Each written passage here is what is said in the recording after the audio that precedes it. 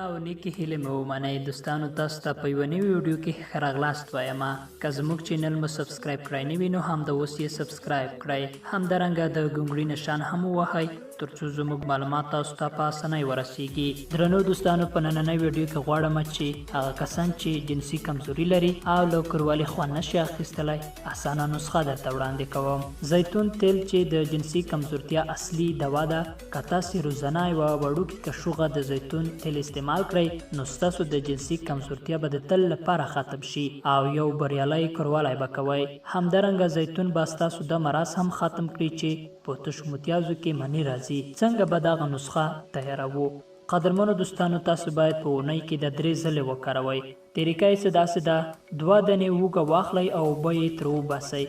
او له دې وروسته 2 کشوغې د زیتون تیل ور واچوئ او سره مکس یې کړئ کله چې کوروالی کوئ نو دا 2 یا 3 ساعته مخکې استفاده کوئ هغه داسې چې د لاسونو په واسطه یې په ذکر ملش کړئ دا به له تاسو سره مرسته وکړي چې ښه خوند واخلئ